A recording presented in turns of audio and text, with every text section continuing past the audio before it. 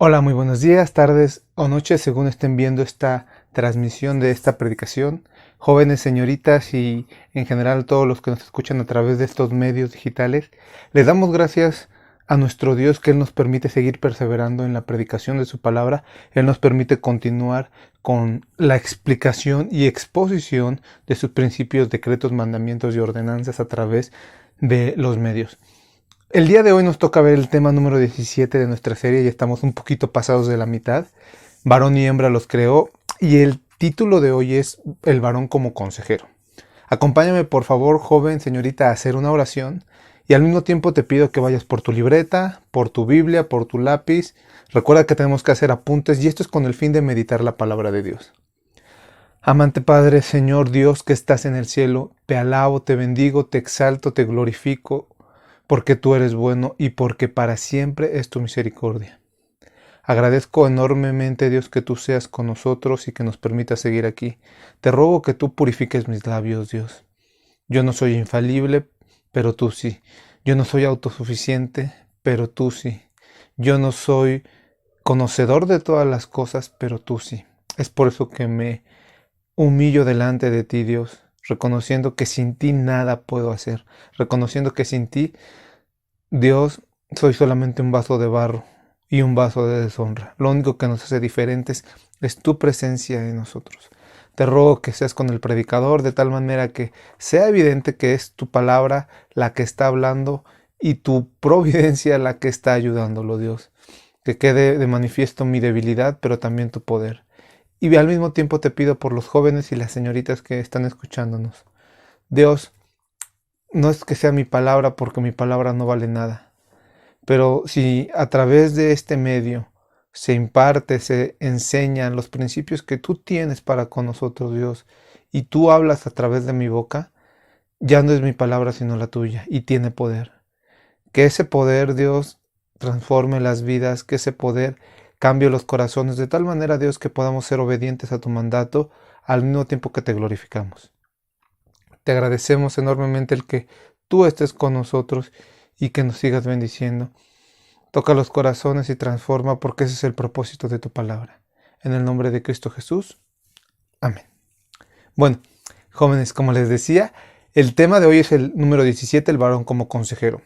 Y quiero recalcar que esta es una de las virtudes que como jóvenes nos debe de caracterizar, pero que al mismo tiempo es de las que más carecemos.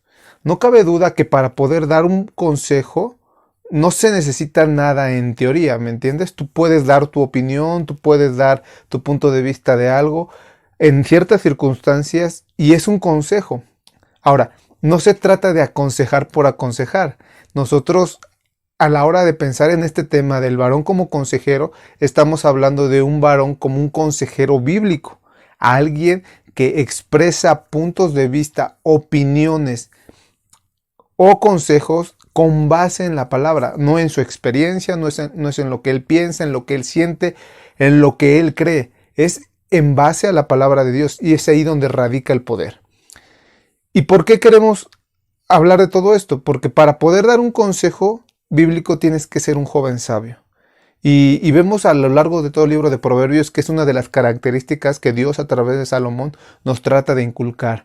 Hijo mío, busca la sabiduría anda por las calles buscando quien la quiera para enseñarle.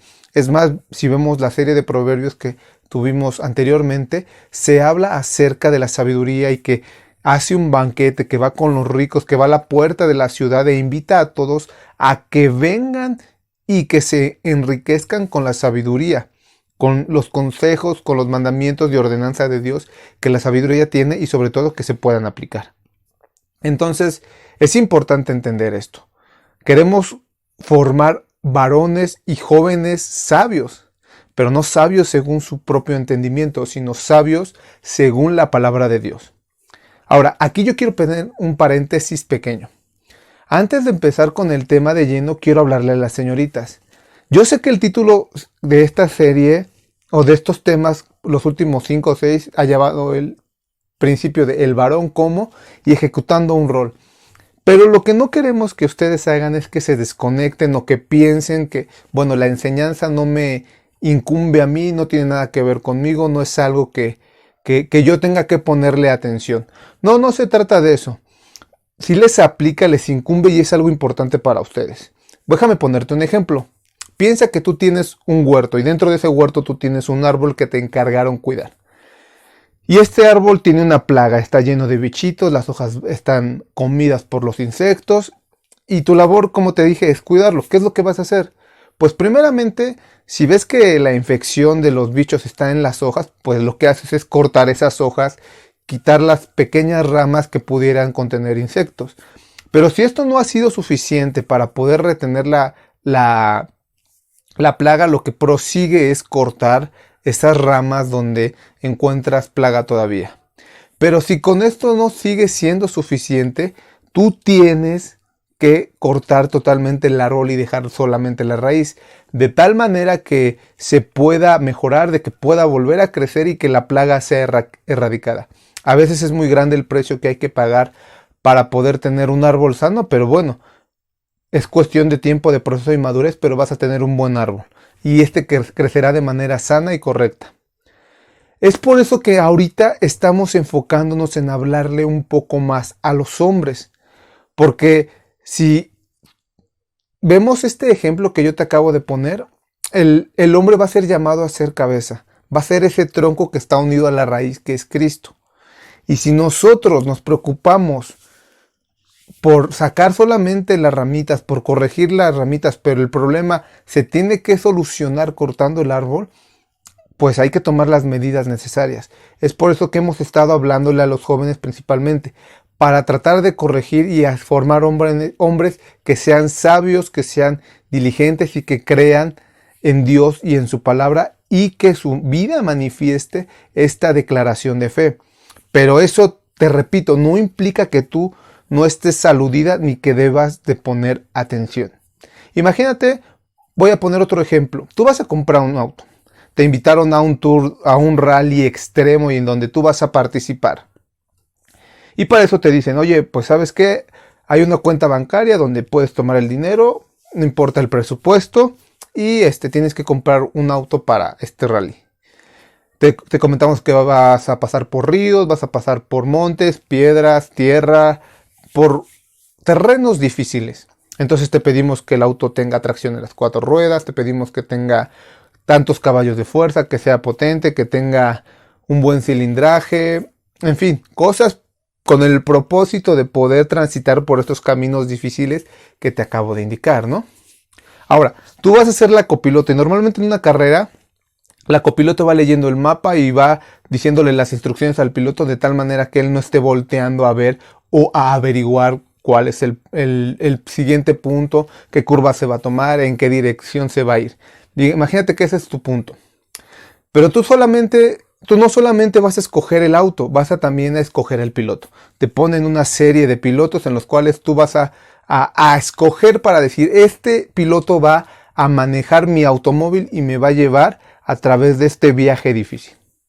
Ahora imagínate que en la hoja de datos del piloto te dan características generales de él, te dice qué tipo de persona es, acerca de los temas que él platica, su personalidad. Tu objetivo es ganar esta carrera, este paseo. Obviamente para ganar tienes que ser de los primeros y llegar en óptimas condiciones.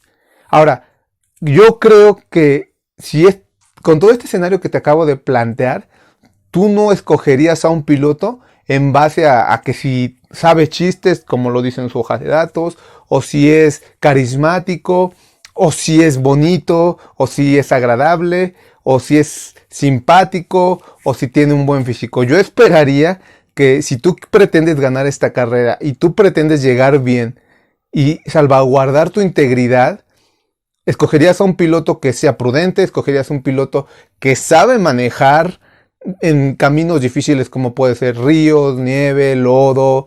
Escogerías a un piloto que sabe de mecánica si se llega a descomponer tu auto. Escogerías a un piloto que no es imprudente al manejar. Y también escogerías a un piloto que de ser posible conozca el camino.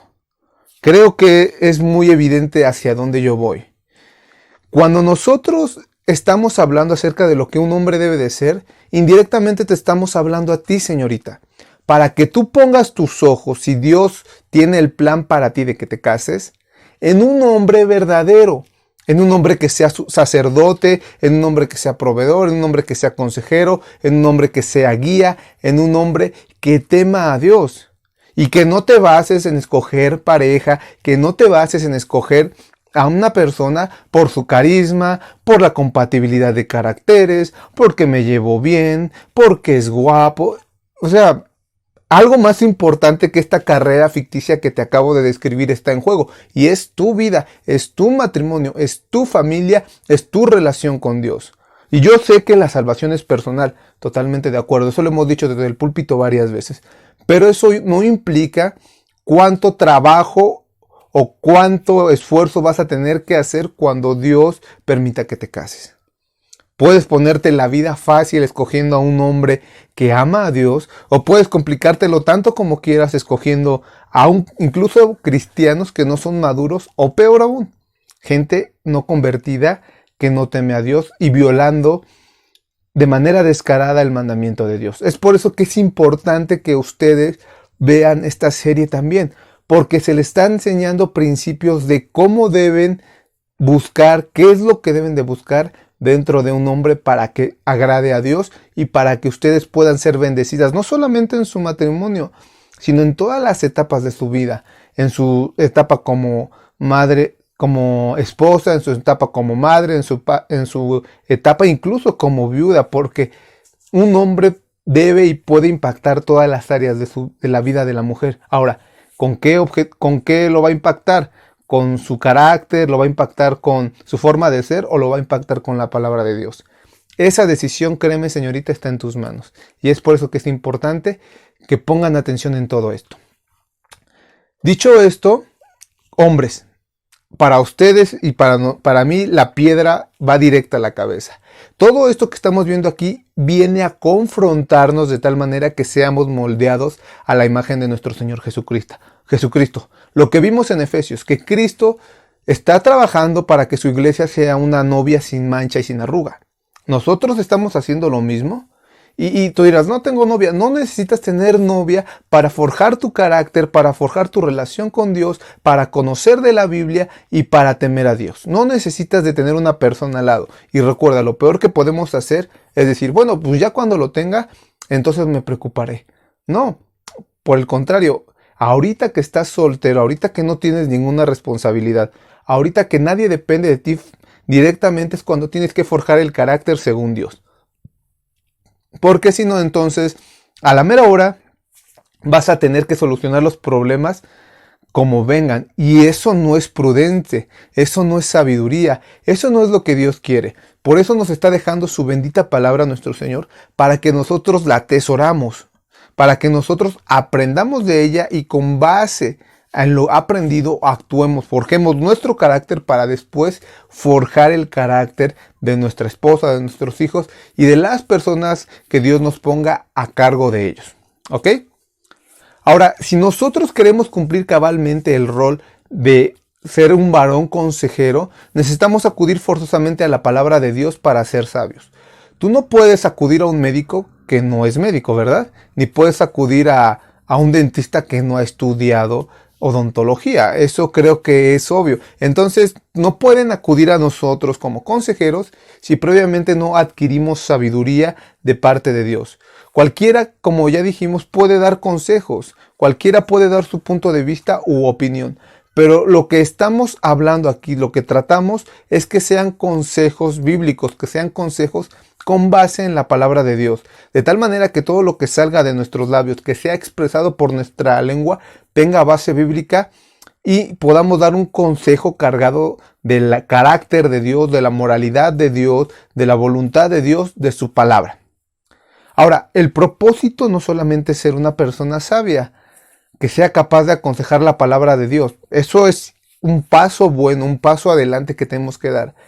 Pero primordialmente, o el punto, el clímax de todo esto, es que seamos ejemplos vivientes de lo que la Biblia puede hacer en un hombre y en mujeres obedientes. Es decir, si pongamos que yo estoy batallando con tomar lo ajeno, La Biblia me dice que el que robe, que no robe más, sino que trabaje con sus manos para que no solamente tenga que comer, sino que comparta. Imagínate que yo ya tengo una mala fama de un ladrón, ¿no? Pero de repente viene Cristo a mi vida y yo leo lo que dice su palabra y soy obediente. Y ahora resulta que no solamente ya dejé de ser el ladrón que era antes, sino que ahora soy un hombre responsable que se preocupa por trabajar. Y no solamente hubo ese cambio, sino que ahora con lo que puedo percibir yo, apoyo y ayudo a aquellos que lo necesitan. Ese ejemplo, ese acto puede más que cualquier consejo. Yo no necesitaría decirle a otra persona que también tiene problema con tomar lo ajeno: oye, no te conviene, por favor, deja la parte de robar, deja la parte de sustraer lo ajeno porque no te pertenece. Yo le puedo decir eso, pero te prometo y te aseguro que va a tener 1000 veces más fuerza mi mensaje cuando él vea mis actos y yo no le diga absolutamente nada. Él va a decir: ah, mira, sí se puede, Dios está con él, Dios hizo que cambiara, yo quiero exactamente lo mismo. De eso se trata, no solamente de ser un varón consejero, sino un varón que refleja la voluntad de Dios a través de su vida. Dicho esto, acompáñame por favor con tu Biblia al libro de Efesios y vamos a estar leyendo pasajes aquí del versículo 17 en adelante para poder analizar cómo es que nosotros podemos adquirir la sabiduría y también los efectos negativos de no tener la sabiduría. Efesios 4:17 dice así: esto pues digo y requiero en el Señor, que ya no andéis como los otros gentiles que andan en la vanidad de su mente, teniendo el entendimiento entenebrecido, ajenos de la vida de Dios por la ignorancia que en ellos hay, por la dureza de su corazón. ¿Recuerdas el contexto de Efesios o qué es lo que precede en estas cartas? Rápidamente te lo recuerdo. Tú tienes que Pablo le escribe esta carta a los Efesios y que en los primeros 3 capítulos él le nombra todos los beneficios que Cristo ha ganado para su iglesia. Nos ha sentado en lugares celestiales, estamos sentados junto a Él, ya tenemos una posición de santidad y todos los dones que Él nos ha dado. Entonces Pablo les recuerda cómo era su vida sin Cristo, lo que Cristo viene a hacer, los beneficios que da. Y una vez que termina de listar estos beneficios, Pablo les dice: ahora es tiempo que ustedes hagan realidad esos beneficios, que tomen de esas bendiciones espirituales y empiecen a transformar su vida, empiecen a cambiar lo que ustedes son, su comportamiento, y empiecen a comportarse más y más como Cristo. Es por eso que aquí en el versículo 17 Pablo nos da una orden. Dice claramente: esto digo y requiero, es una orden en el Señor, que ya no andemos como los gentiles que andan en la vanidad de su mente. Seamos sabios y entendidos a la hora de leer. Quiero que analicemos las palabras que dicen aquí. Como les decía en la lección pasada, no se trata de leer, no se trata de hacer una embarrada, se trata de degustar. Cuando tú tomas o cuando tú comes un platillo favorito, por ejemplo, una pizza o una hamburguesa, perdón por el ejemplo, pero tú no te lo tragas así. O normalmente no es así. No agarras toda la pizza, la haces masa y te lo pasas lo más rápido que puedas, ¿verdad? No haces eso. Te tomas el tiempo, pones una servilleta, le pones su salsa capsu, su salsa inglesa, la salsa picante, lo que tú quieras, como a ti te gusta, y lo empiezas a morder y lo degustas y después te lo pasas. Es lo mismo con la Biblia. No se trata de ver qué tan rápido la puedo leer, qué tan rápido la puedo pasar por mí sin que haga efecto, sino se trata de degustarla. Tenemos que ser inteligentes en este punto. Debemos de tratar de entender cada palabra que está ahí. Si ves el texto, te quiero hacer una pregunta. Aquí, ¿cuál es la razón o por qué los gentiles andan viviendo de una manera contraria al Evangelio según el texto que acabamos de leer?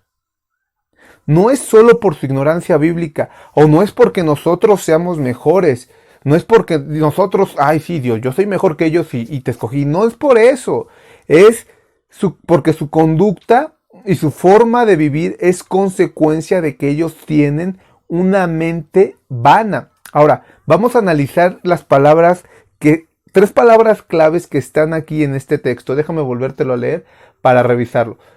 Teniendo el entendimiento entenebrecido, ajenos de la vida de Dios por la ignorancia que hay en ellos, por la dureza de su corazón. El versículo 17 anterior dice, esto pues digo y requiero en el Señor, que no andéis como los otros gentiles que andan en la vanidad de su mente.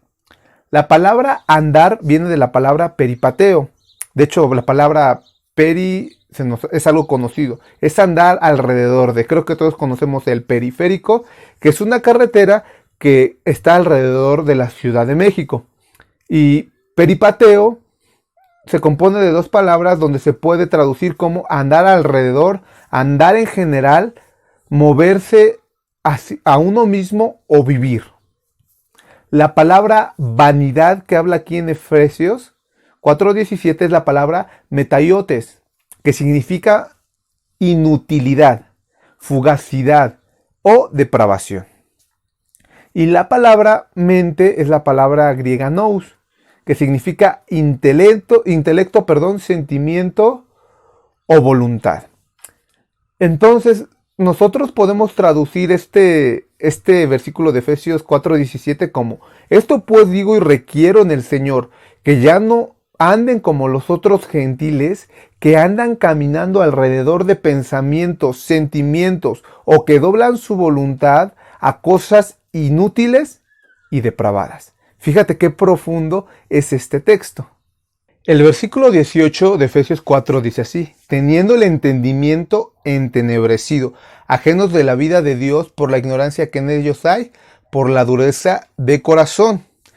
La palabra entendimiento viene del griego dianoja, que significa pensamiento hondo, facultad mental o la disposición mental, entendimiento, mente o pensamiento.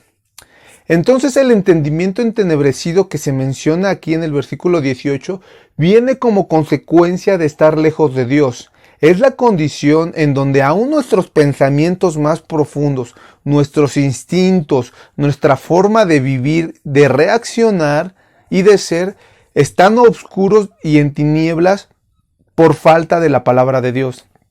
El Salmo 119, uno de los pasajes más conocidos. Lámpara es a mis pies tu palabra y lumbrera a mi camino. Pues aquí vemos exactamente todo lo contrario. Cuando no está la Biblia, no hay ninguna lámpara a nuestros pies, ni hay ninguna lumbrera que alumbre nuestro camino y estamos en obscuridad. Pero fíjate qué terrible es esto. Habla de una condición en la cual todo está oscuro en lo más profundo de nuestro ser, en lo más profundo de nuestros pensamientos, en lo más profundo de nuestra toma de decisiones. Y de hecho, creo que esto es importante mencionarlo porque hay cosas que, si bien nosotros meditamos, hay cosas en las cuales nosotros accionamos o reaccionamos por instinto. Por ejemplo, hay gente que, y yo antes me consideraba una de esas, tengo que reconocerlo para vergüenza mía, que cuando era agredido, luego salía la violencia, luego salía malas palabras, luego salía el carácter amargo, fuerte, violento. Y yo tal vez me justificaba, es que yo así reacciono. Pero una vez que Cristo llega a mi vida, una vez que Cristo me transforma, no te voy a decir que ya soy perfecto, pero ahora digo, no es la forma en la que yo debo de reaccionar. Esto me lleva a pensar que no solo mis pensamientos, sino mi reacción, algo, eso en lo que tú actúas inmediatamente sin pensarlo entre comillas, también puede ser moldeado por la palabra de Dios. También puede ser transformado. Pero aquí tenemos el extremo contrario, en donde cuando no está la Biblia, cuando no está la palabra de Dios, todo está en oscuridad. Ahora veamos que esta terrible condición que se nos narra aquí no es obra de la casualidad ni llega a ser un estado de accidente o fortuito. Si tú tienes a un hombre que va manejando su vehículo por la avenida a mediodía y de repente se rompe la manguera de líquido de frenos, se chorrea todo y este hombre se queda sin frenos. Él trata de reaccionar lo mejor posible, evadir los carros, y pues termina chocando contra otro auto vacío. Este hombre tiene un seguro porque es un hombre responsable y cuando llega el ajustador ve los daños, ve lo que sucedió. No va a haber ningún problema a la hora de pagarle y decirle, sabes que tú no te preocupes absolutamente de nada porque para eso pagaste el seguro, para que tengas un respaldo. Nada más tienes que pagar el deducible y se acabó, ¿no?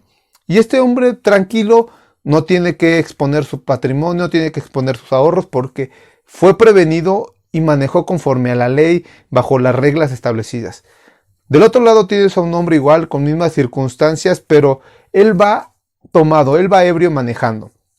Obviamente aquí sus sentidos están dañados, están perjudicados por el alcohol, y él, a diferencia del otro hombre, no se le rompe ninguna manguera, su auto está en perfectas condiciones, pero también choca. Cuando llega el ajustador, él no va a decirle, oye, no te preocupes, aquí está el... Bueno, si es un ajustador honesto, ¿verdad? No te preocupes, no hay ningún delito que perseguir, no hay ningún dinero que pagar extra más que el deducible. ¿Por qué? Porque tienes el seguro. De hecho, una de las condiciones para que el seguro sea válido es que tú no estés tomado o no estés embriagado a la hora de conducir, ni que conduzcas con ningún tipo de alcohol dentro de tu sangre a la hora de ejercer, a estar detrás del volante. ¿Por qué te pongo todo este ejemplo? Porque son dos casos similares en donde hay un accidente, pero en un caso sí hay responsabilidad y en el otro caso no hay responsabilidad. Es exactamente lo que pasa con los incrédulos y con muchos cristianos. Quiero recordarte que la carta a los Efesios fue escrita a la iglesia de Éfeso. Eran creyentes, no era gente incrédula, no era gente que creía en Diana de los Efesios y que estaba ya haciendo templecillos, no, era gente que vivía en teoría conforme a la palabra de Dios. Y ahí Pablo les dice, ya no anden como los gentiles. Esto implica que muchos cristianos de esa época y de la época del día de hoy, si andan caminando alrededor de una mente inútil, depravada y vana. Y te repito, esta condición de tener esa mente no es un accidente, ni nosotros nos podemos quitar la responsabilidad de estar en una mente de ese tipo. Nosotros somos los únicos responsables porque no buscamos la palabra de Dios. Vuelve a leer el versículo. Teniendo el entendimiento entenebrecido, ojo, ajenos de la vida de Dios por la ignorancia que en ellos hay, por la dureza de su corazón. Esta ignorancia es por estar lejos de la vida de Dios. Es el estilo que la palabra de Dios indica que debemos de alejarnos. Y no podemos caminar como Cristo si no seguimos sus pasos. Esta ignorancia es adquirida y voluntaria. No es una ignorancia heredada o delegada. Es algo que nosotros adquirimos y a su vez esta ignorancia produce una dureza de corazón, lo que provoca que nos alejemos de Dios y sigamos caminando en un camino distinto a lo que Dios ya ha establecido, provocando un círculo vicioso. Tenemos ahorita el ejemplo de la pandemia. Si alguien se enferma porque no usa cubrebocas, no es culpa de nadie más que suya. Él no puede decir fue el gobierno, fue mis familiares que me contagiaron. No, porque la responsabilidad de cada uno es usar cubrebocas. Ya si circunstancialmente te contagias, es otra cosa. Pero hubo la responsabilidad en ti de protegerte. Aquí pasa exactamente lo mismo. Si hay ignorancia en mi vida y en tu vida, joven, es fácil quitarla buscando la palabra de Dios, leyéndola, haciéndola parte de nosotros. Pero si nosotros después de escuchar esto seguimos en la ignorancia, esta ignorancia es voluntaria, esta ignorancia es algo que nosotros queremos tener, en lo cual estamos perseverando en tener y en lo cual Dios va a decir, bueno hijo, pues si quieres quedarte ignorante, yo no voy a hacer más para allá. Recuerda, la salvación es por fe y gratuitamente por el sacrificio de Cristo Jesús, pero la santificación no lo es. El conocimiento de la palabra de Dios no es un don del Espíritu Santo. No es que alguien va a venir, va a imponer manos sobre ti y ¡fum! Te vas a hacer sabio. Y entonces sí, vamos a debatir, tráiganme al ateo, tráiganme al agnóstico, porque ahora ya tengo el poder de Dios. No, eso no funciona así. El conocimiento de la palabra de Dios es algo adquirido voluntariamente que tú y yo tenemos que trabajar. Continuando con Efesios 4, el versículo 19 dice así: los cuales, después que perdieron toda sensibilidad, se entregaron a la lascivia para cometer con avidez toda clase de impureza. ¿Ves? Aquí se narra el círculo vicioso que te digo. Te alejas de Dios, sigues en la ignorancia, por ende te sigues alejando de Dios y te vuelves más ignorante y te sigues alejando de Dios y llega un punto en el cual, como dice la palabra, perdemos la sensibilidad y te das cuenta que ya después dices, es que ¿cómo es posible que hagan esto? Pues es que ya tienen un entendimiento entenebrecido. Pero el versículo 20 nos pone en contraste: mas vosotros no habéis aprendido así de Cristo, si en verdad le habéis oído y habéis sido enseñados conforme a la verdad que está en Cristo Jesús. Y aquí viene el reto. En cuanto a la pasada manera de vivir, despojaos del viejo hombre que está viciado conforme a los deseos de deseos engañosos, y renovaos en el espíritu de vuestra mente, vestidos del nuevo hombre, creado según Dios en la justicia y santidad de la verdad. La solución es simple, es conocida, es algo que ya desde la antigüedad se ha mencionado, pero que también al mismo tiempo no hacemos. Tenemos que despojarnos del viejo hombre. Esto es de la mentalidad que viene en el mundo. Es decir, que nos volvamos sabios según Dios. Que nos quitemos esa ignorancia adquirida voluntariamente y que ahora digamos: yo ya no quiero ser un ignorante voluntario. Yo quiero ser un creyente, un conocedor, un estudiador de la palabra voluntario, donde yo pongo mis deseos a trabajar con el fin de agradar a Dios. Y que nos vistamos del nuevo hombre, es decir, que adoptemos el estilo de vida que Cristo quiere para nuestras vidas y en todas las áreas que nosotros nos desenvolvemos. Una vez que hagamos esto, seremos capaces de vivir según la Biblia y poder aconsejar, porque ya seremos hombres sabios. Te repito, un hombre sabio según la Biblia no es aquel que sabe mucho necesariamente. Un hombre sabio es aquel que toma el consejo de Dios y lo ejecuta. Dice Cristo en los evangelios: a esto compararé a un hombre sabio que edificó su casa sobre la roca. Este hombre no solamente se quedó con que, bueno, es importante, es necesario que yo tenga una casa, pero que esa casa esté en la roca. Perfecto, ya lo entendí, ya lo sé. Y después, a la mera hora de construir, no hace absolutamente nada. No es el tipo de hombre que Dios describe. Al contrario, dice que este hombre buscó la roca, puso su casa ahí, y cuando vino las tormentas, resistió. Por un lado, el hombre necio es aquel que escucha pero que no pone por obra la palabra de Dios y construye su casa sobre la arena. Terminó mucho más rápido que el otro hombre seguramente, pareció más exitoso que el otro hombre seguramente, porque fue más eficiente, porque él no cavó absolutamente nada ni hizo nada sobre la roca. Pero a la hora de venir la adversidad, vemos que solamente la casa del hombre sabio fue la que se mantuvo en pie. Es lo que nosotros tenemos que hacer.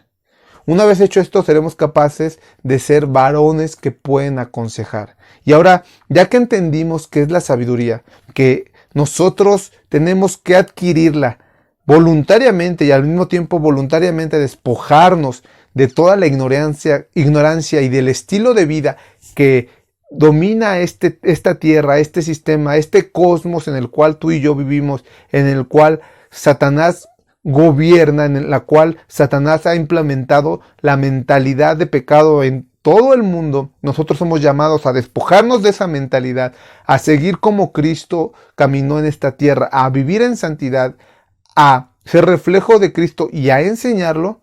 Entonces sí, quiero mostrarte algunos breves ejemplos de cuáles son los beneficios o cuáles son las consecuencias de no seguir los consejos. Quiero ponerte ejemplos prácticos en la Biblia.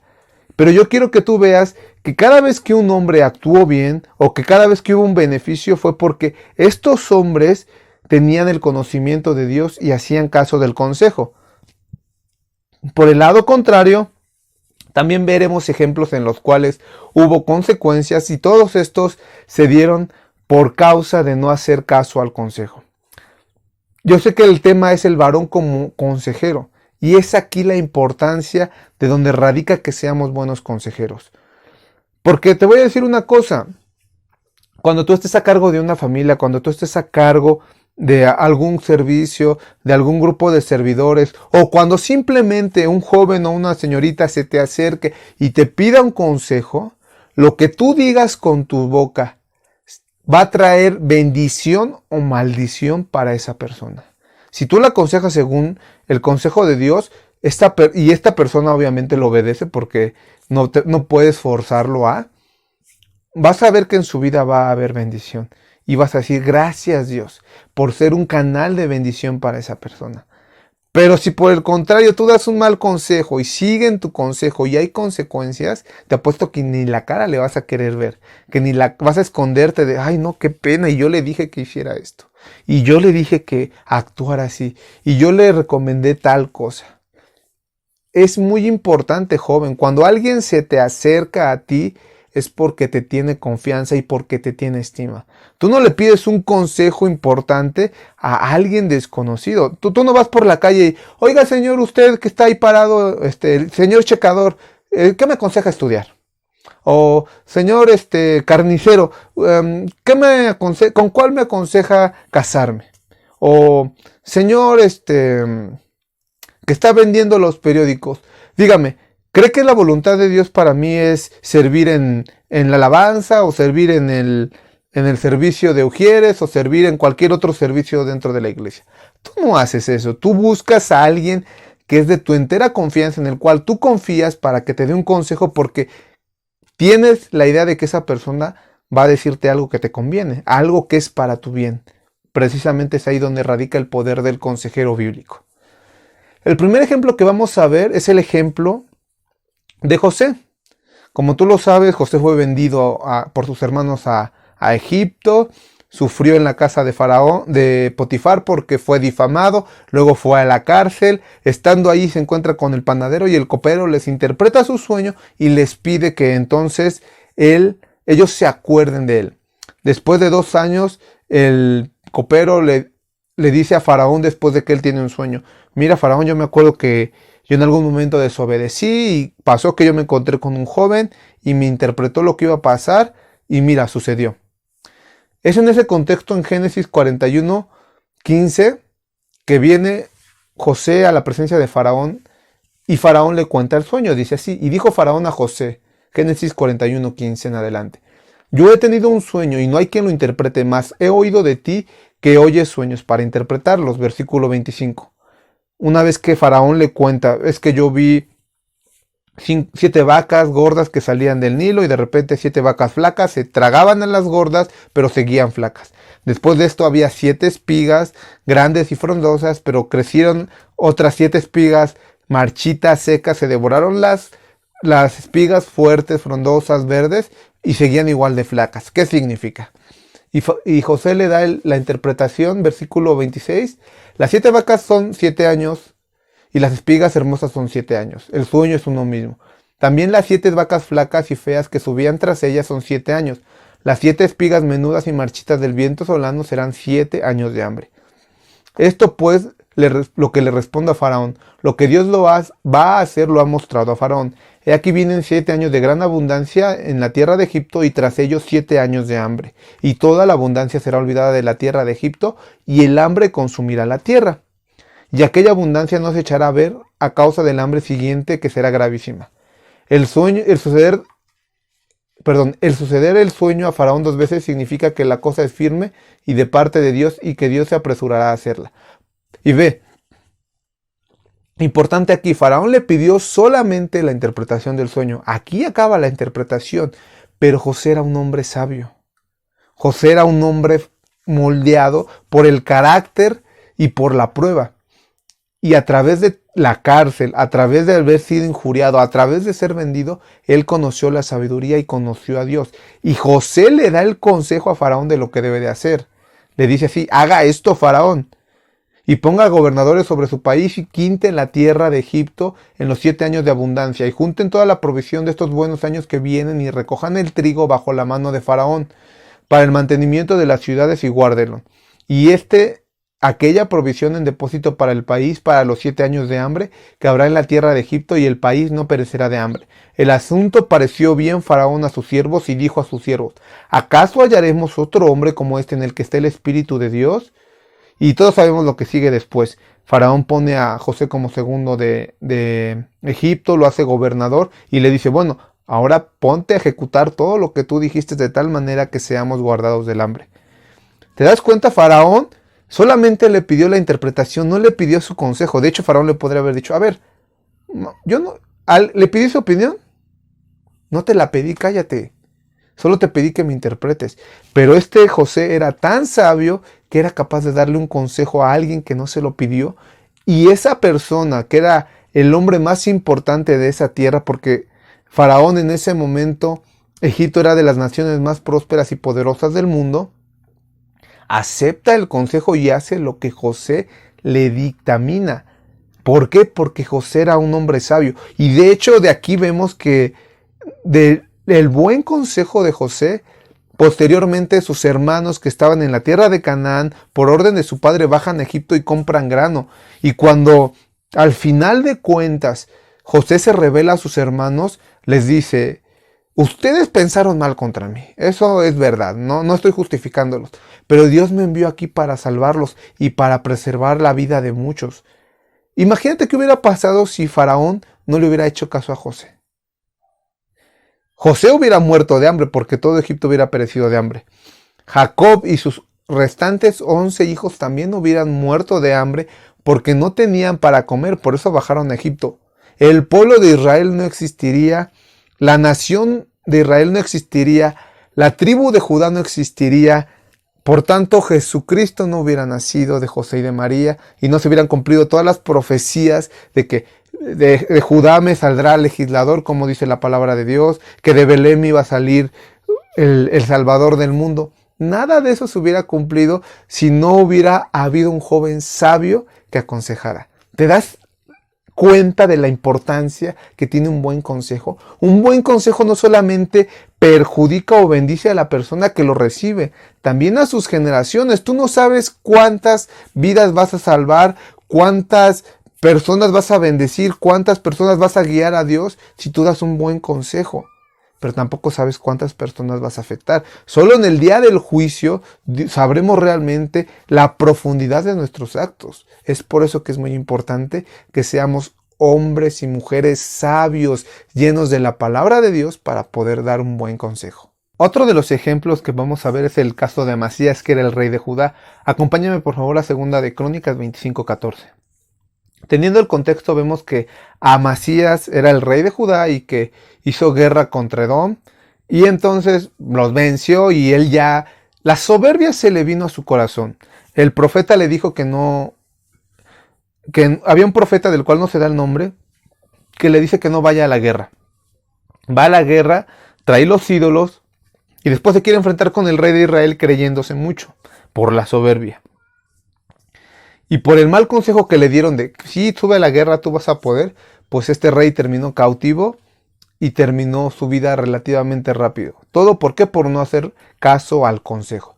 Segunda de Crónicas 25:14 dice así: volviendo luego a Amasías de la matanza de los edomitas, trajo también consigo los dioses de los hijos de Seir, y los puso ante sí por dioses y los adoró, y les quemó incienso. Por eso se encendió la ira de Jehová contra Amasías y envió a él un profeta que le dijo: ¿por qué has buscado dioses de otra nación que no libraron a su pueblo de tus manos? Fíjate qué ilógico lo que hizo Amasías. Voy y conquisto a un pueblo, sus dioses no lo pueden proteger de mí y tomo a esos como dioses. Es ilógico, es ridículo. Dios le dice: ¿qué insensatez hay en ti? A través del profeta. Versículo 16. Y hablándole el profeta estas cosas, él respondió: ¿te han puesto a ti por consejero del rey? Déjate de eso. ¿Por qué quieres que te maten? Y cuando terminó de hablar, el profeta dijo luego: yo sé que Dios ha decretado destruirte porque has hecho y no obedeciste mi consejo. Este profeta es el mismo que le dijo: no vayas a la guerra y no tomes a sueldo personas de otra nación, que fue lo que hizo Amasías. Y aquí le está diciendo: ¿por qué estás haciendo todo esto? Pero como él seguía obstinado en no seguir el consejo del profeta, Dios dice: yo sé que esto que está pasando es porque Dios lo ha decretado así. Versículo 17. Y Amasías, rey de Judá, después de tomar consejo, de reunirse con sus generales, envió a decir a Joás, hijo de Joacás, hijo de Jehú, rey de Israel: ven y veámonos las caras. En lenguaje 2021 vamos a echarnos un pleito, vamos a echarnos un tiro, vamos a ver quién puede más. Y ve la respuesta de Joás, que fue un muy buen consejo.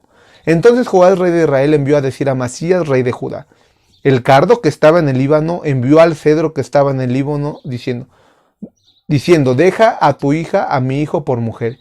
y he aquí que las fieras que están en el Líbano pasaron y hollaron el cardo. Tú dices, he aquí he derrotado a Edom, y tu corazón se enaltece para gloriarte. Quédate ahora en tu casa. ¿Para qué provocas sus mal que puedas caer tú y Judá contigo? El rey le está diciendo, mira, qué bueno que venciste a Edom, tú muy bien, te reconozco que le echaste ganas, pero mira, no tiene sentido que vengas a pelear conmigo sin razón, porque soy más fuerte que tú.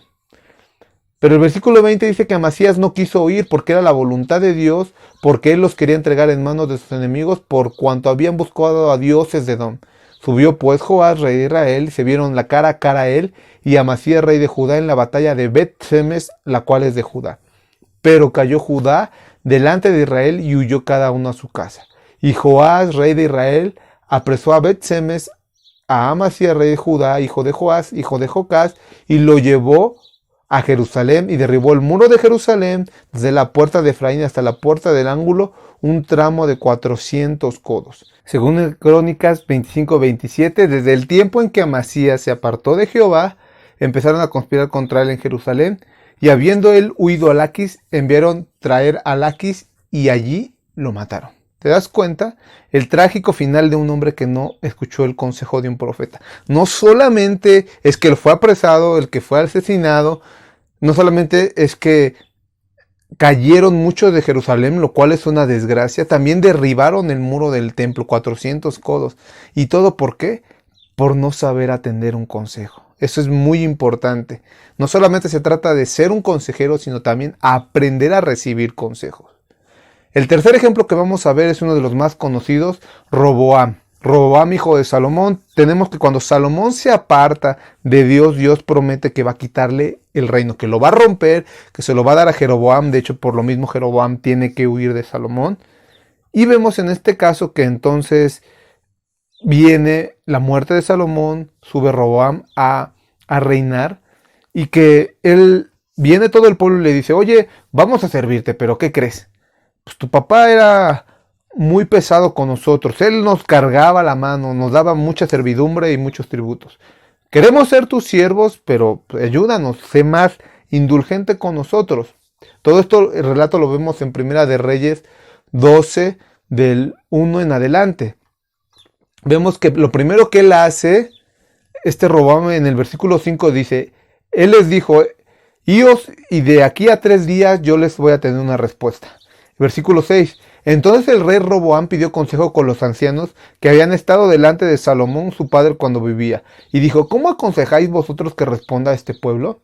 Y ellos le hablaron diciendo, si tú fueres hoy siervo de este pueblo y lo sirvieres, y le respondieres buenas palabras, ellos te servirán para siempre.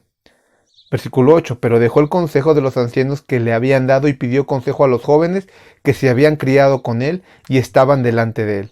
Y les dijo, ¿cómo aconsejáis vosotros que respondamos a este pueblo que me habla diciendo, disminuye algo del yugo que tu padre puso sobre nosotros? Entonces los jóvenes que se habían criado con él le respondieron así, así hablarás a este pueblo que te ha dicho estas palabras. Tu padre agravó nuestro yugo, mas tú disminúyenos algo. Así les hablarás. El menor de mis dedos es más grueso que los lomos de mi padre. Los lomos se refería al tronco del cuerpo. Entonces imagínate, dice, mi dedo es más gordo o es más ancho que los lomos de mi padre, hablando de la servidumbre. Ahora pues mis padres os cargó con pesado yugo, mas yo añadiré a vuestro yugo, mis padres os castigó con azotes, mas yo castigaré con escorpiones. Sucede que al tercer día viene todo el pueblo de Israel, los representantes, las 12 tribus, y Roboam, en vez de responder como los ancianos le aconsejaron que fuera siervo del pueblo, pues le respondió de manera fuerte como los jóvenes le aconsejaron. Pues ¿qué resultó de todo esto? Que el reino se rompió, que el reino fue quitado de Jeroboam y 11 tribus se fueron de Roboam y fueron 11 tribus con Jeroboam para que él fuera el rey. Ahora, aquí, jóvenes, otra cosa bastante importante. Los ancianos, por lo general, en la Biblia aparecen como gente sabia, como gente entendida. Cuando tú vayas a pedir un consejo, fíjate a quién se lo estás pidiendo. Joven, si tú vas con tu amigo, oye, mira, ¿cómo ves? Me gusta fulanita, pero pues no sé si sea cristiana. Pues échale, tú échale, no tengas miedo. Al final de cuentas, la Biblia nos manda a predicar y tal vez este puede ser el medio, ¿no? La respuesta de un joven necio, en pocas palabras. Si tú vas con un hermano de la iglesia, con un anciano, si tú vas con un servidor, y si es un servidor que ama a Dios y conoce la Biblia, te va a decir, oye, pues si no estás seguro de esta persona, si no sabes que es cristiana, ni te metas, estás pecando contra Dios. Es más, el hecho de que tú ya me preguntes algo que claramente está en la Biblia me indica que estás inmaduro y no deberías de empezar una relación. Fijémonos a quién le pedimos consejo, porque en base al consejo que pidamos y que sigamos, podemos tener consecuencias, podemos tener bendición o maldición.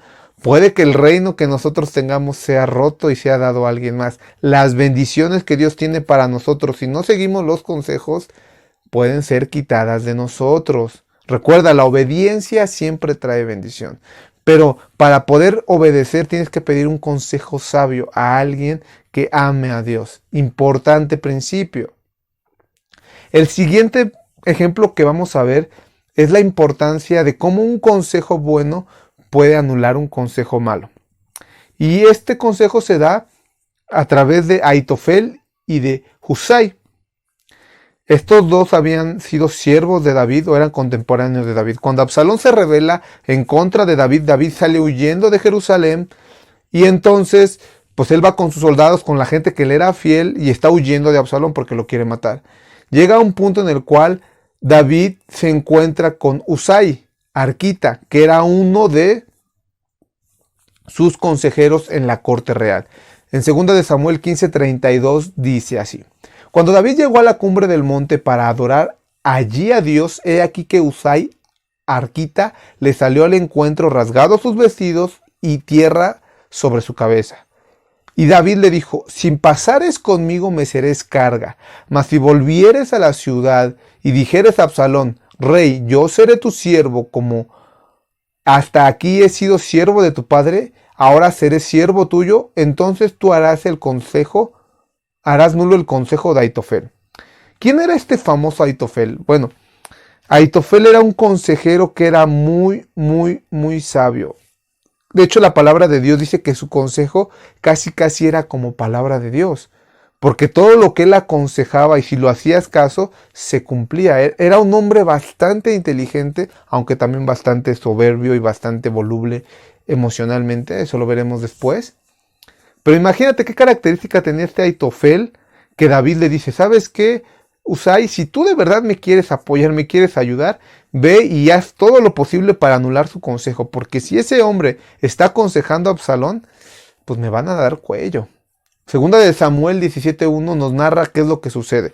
De hecho, es este mismo Aitofel el que aconseja a Absalón que se acueste con todas las concubinas de su padre. ¿Esto para qué? Primero, para que se cumpliera la palabra de Dios que decía que lo que David hizo con Betsabé en secreto, Dios iba a hacer que a David le pasara en público. Pero también fue para que Absalón se ganara el desprecio de David y que el pueblo en cierta manera viera que era el rey. Era un acto de humillar el hecho, la cama de su padre. En 2 de Samuel 17:1 dice así, cuando ya están buscando perseguir a David después de que David huyó. Dice: entonces Aitofel dijo a Absalón: yo escogeré ahora 12,000 hombres y me levantaré y seguiré a David esta noche. Y caeré sobre él mientras está cansado y débil de manos. Lo atemorizaré y todo el pueblo que está con él huirá y mataré solo al rey. Así haré volver a ti todo el pueblo, pues tú buscas solamente la vida de un hombre, y cuando ellos hayan vuelto todo el pueblo estará en paz. Este consejo pareció bien a Absalón y a todos los ancianos de Israel. Y dijo Absalón: llamad también a Husai, Arquita, para que asimismo oigamos lo que él diga. Cuando Husai vino a Absalón, le habló a Absalón diciendo: así ha dicho Aitofel, ¿seguiremos su consejo o no? Di tú. Entonces Husai dijo a Absalón: el consejo que ha dado esta vez Aitofel no es bueno. Y añadió Husai: tú sabes que tu padre y los suyos son hombres valientes y que están con amargura de ánimo, como la osa en el campo cuando le han quitado sus cachorros. Además tu padre es hombre de guerra y no pasará la noche con el pueblo. He aquí que ahora él estará escondido en una cueva o en otro lugar. Y si al principio cayeren algunos de los tuyos, quien quiera que lo oyere dirá, el pueblo que sigue a Absalón ha sido derrotado. Y aun el hombre valiente cuyo corazón sea como corazón de león desmayará por completo, porque todo Israel sabe que tu padre es hombre valiente y que los que están con él son esforzados. Aconsejo pues que todo Israel se junte a ti desde Dan hasta Beerseba en multitud como la arena que está a la orilla del mar, y que tú en persona vayas a batalla. Entonces la cometeremos en cualquier lugar donde se hallare y caeremos sobre él como cuando cae el rocío sobre la tierra, y ni uno dejaremos de él, de todos los que están con él. Y si se refugiara en alguna ciudad, todos los de Israel llevarán sogas a aquella ciudad y la arrastraremos hasta el arroyo hasta que no encuentre allí ni una piedra. Entonces Absalón y todos los de Israel dijeron, el consejo de Usai Achita es mejor que el consejo de Ahitofel, porque Jehová había ordenado que el acertado consejo de Ahitofel se frustrara para que Jehová hiciese venir el mal sobre Absalón. ¿Qué quiere decir esto? Si Absalón hubiera seguido el consejo de Ahitofel, hubiera matado a David, porque David estaba débil, sus hombres estaban cansados, no tenían armas, no tenían provisiones. Y Usai lo que dice es, no, ese consejo no es bueno, vamos a reunirnos todos y ahora sí lo atacamos, le caemos en bola y lo matamos. ¿Qué estaba haciendo Usai? Precisamente ganar tiempo para que David se recuperara, para que tuviera armas, para que tuviera provisiones, para que tuviera un plan de guerra. Y esto a la postre le salvó la vida a David, porque si en ese momento Absalón hubiera actuado como Ahitofel le ordenó o le aconsejó, David hubiera muerto. Nuevamente vemos la importancia de un consejero. Tú, hombre, cuando alguien venga a pedirte una opinión, que tu consejo sea como de parte de Dios, para que no venga el mal sobre las demás personas. Que tu consejo sea como la palabra de Dios, como la voz de Dios, de tal manera que sea para bien y no para mal. De hecho, aquí tú ves dos principios muy importantes. Un consejo puede ser capaz de anular otro consejo. Y es ahí donde nosotros tenemos que ser sabios, según Dios, para poder dar un consejo que agrade a Dios y que pueda sobre todo convencer a la otra persona de lo que va a hacer, que no está bien, que va en contra de la voluntad de Dios y que al final de cuentas se cumpla el propósito de Dios. Aquí vemos que Dios usó a Usai de tal manera que pudiera preservarse la vida de David, pero sobre todo que el consejo de Ahitofel no fuera tomado en cuenta. Eso es la importancia de un consejero. De hecho, acompáñame a Tito 1.7. Aquí se está hablando sobre las características del obispo, pero quiero tomar las características del consejero que vienen implícitamente en el rol que tiene que ejercer un ministro. En Tito 1.7 al 11 dice así: porque es necesario que el obispo sea irreprensible como administrador de Dios, no soberbio, no iracundo, no dado al vino, no pendenciero, no codicioso de ganancias deshonestas, sino hospedador, amante de lo bueno, sobrio, justo, santo, dueño de sí mismo. Importante aquí, retenedor de la palabra fiel tal como ha sido enseñada, para que también pueda exhortar con sana enseñanza y convencer a los que contradicen, porque hay aún muchos contumaces, habladores de vanidades y engañadores, mayormente los de la circuncisión, a los cuales es preciso tapar la boca, que trastornan casas enteras enseñando por ganancia deshonesta lo que no conviene. Versículo 9 es muy importante, dice retenedor de la palabra fiel. Si tú quieres ser un buen consejero, tienes que tener estas características de Tito. Retenedor de la palabra fiel tal y como ha sido enseñada. No se trata que es tu consejo más la palabra de Dios, es el consejo a través de la palabra de Dios. No se trata que es tu consejo en base a la palabra de Dios y tu opinión, no. Es solamente la palabra de Dios. Aquí dice, retenedor de la palabra fiel tal como ha sido enseñada. A la palabra de Dios no hay que añadirle. No es que sea mejor, no es que, ay Dios, como que te faltó un poquito de humanismo aquí, como que te faltó un poquito de tolerancia acá, como que te faltó un poquito de apertura de mente aquí. Déjame agregarle ese ingrediente a tu palabra y mira, queda perfecto. Es más, la van a aceptar más hombres. No, retenedor de la palabra fiel tal como ha sido enseñada.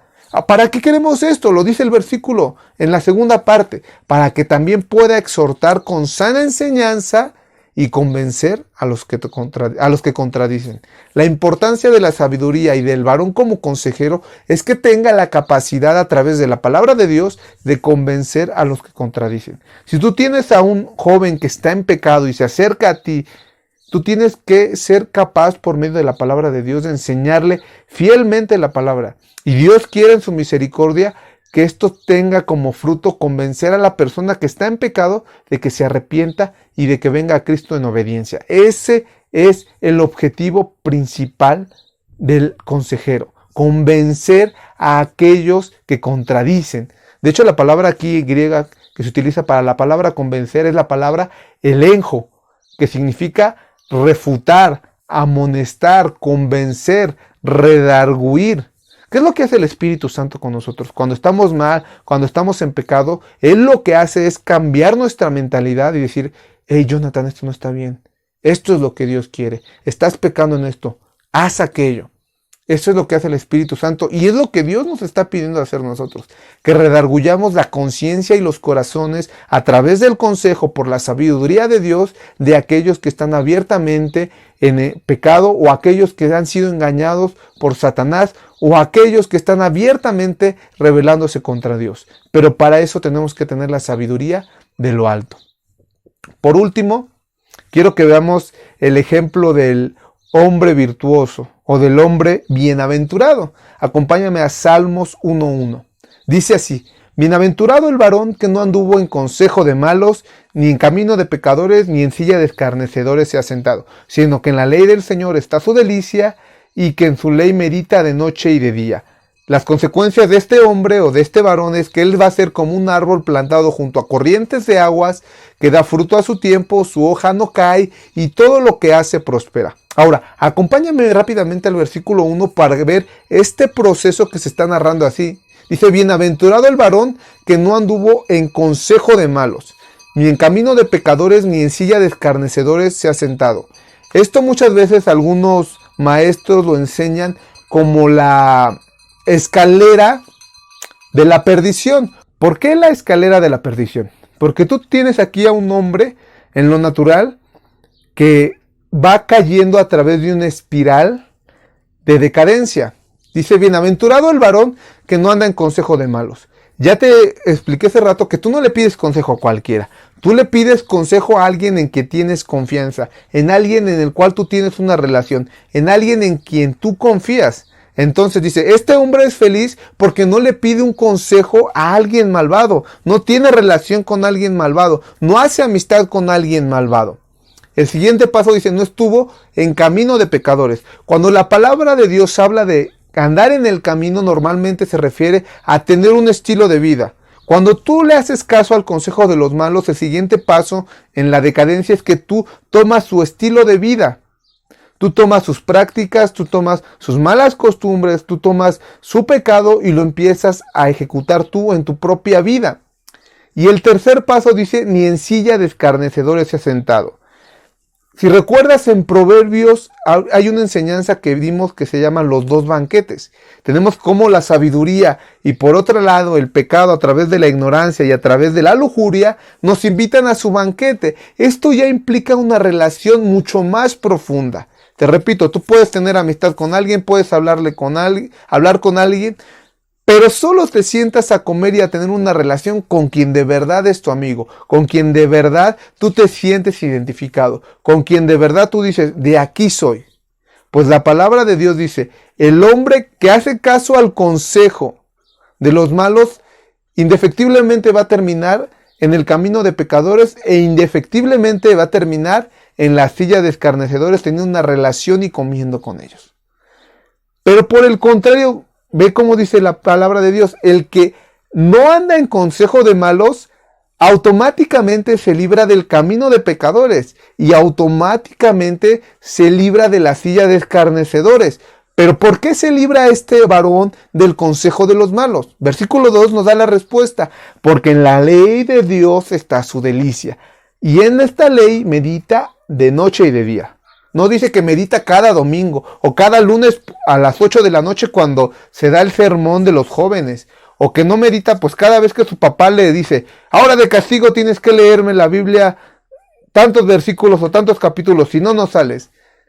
Ese varón no es bienaventurado porque lo obligan a leer, es porque él voluntariamente toma la palabra de Dios y la medita porque es su delicia, y de día y de noche, de día y de noche. Ahora, no se trata que vas a estar todo el tiempo con la Biblia, es imposible, sé que tienes responsabilidades, pero sí habla de un tiempo de dedicación específico para consagrarlo en aprender la palabra de Dios.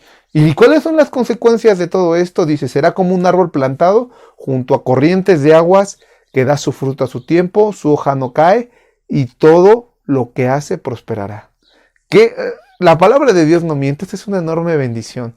Cuando tú sigues el consejo de Dios y no el de los malos, tú vas a ser bendito y tú vas a ser prosperado y tu hoja no va a caer. ¿Cómo está un árbol que está junto a corrientes de aguas? ¿Está seco?